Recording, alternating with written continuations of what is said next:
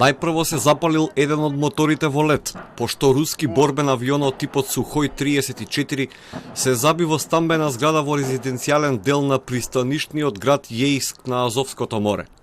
Руското министерство за одбрана го потврди падот на авионот, при што додаде дека двајцата пилоти се катапултирале и спасиле. Оттаму додаваат дека леталото се урнало за време на тренинг мисија.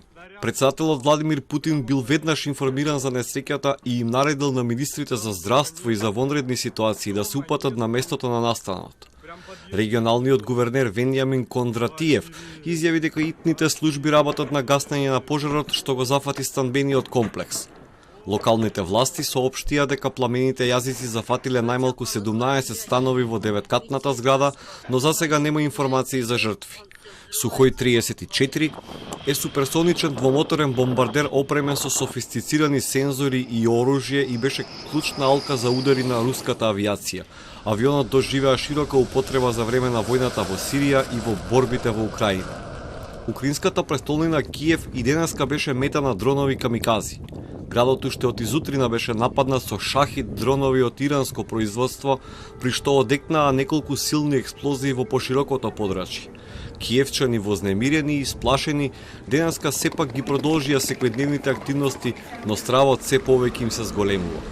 Погано я почуваюсь. У мене двоє дітей, і зранок у нас розпочався сьогодні дуже гучно, бо там, де ми живемо, якраз неподалік ЖД вокзалу, там було сьогодні дуже гучно.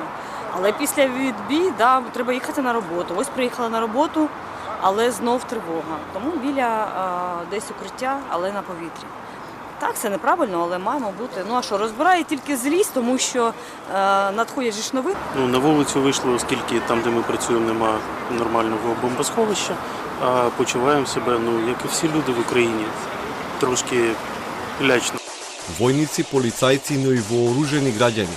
Веќе 8 дена се обидуваат од улица, низ прозорци или од покривите на куќите и зградите да ги соборуваат опасните летала кои можат да носат и до 50 кг експлозив, а неретко и успеваат во своите намери.